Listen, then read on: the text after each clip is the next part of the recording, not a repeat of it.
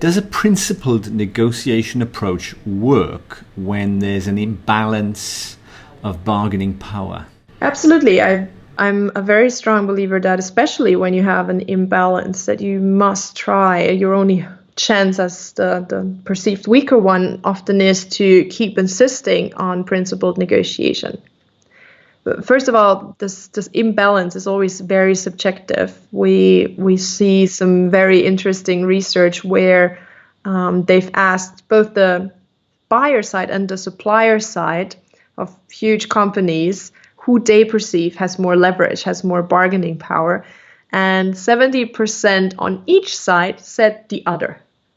So it tells you how subjective the perception of power is and who has the upper hand in many negotiations. It's not an objective thing that anyone decides. It's really how we feel about it. And we usually are the ones that feel we have the lesser power. That's our challenge.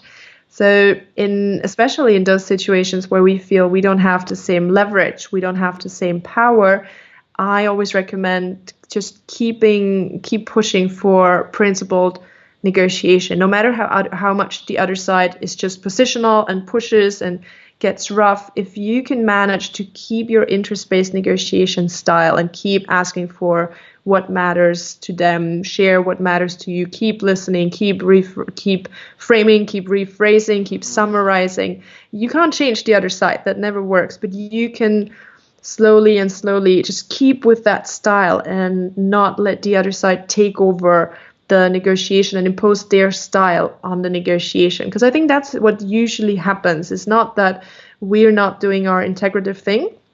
It's that the moment we get triggered by someone who comes in and who's competitive, who's pushy, we easily get triggered into thinking we need to give the same energy back. If they push us, we push back. It's just a reaction.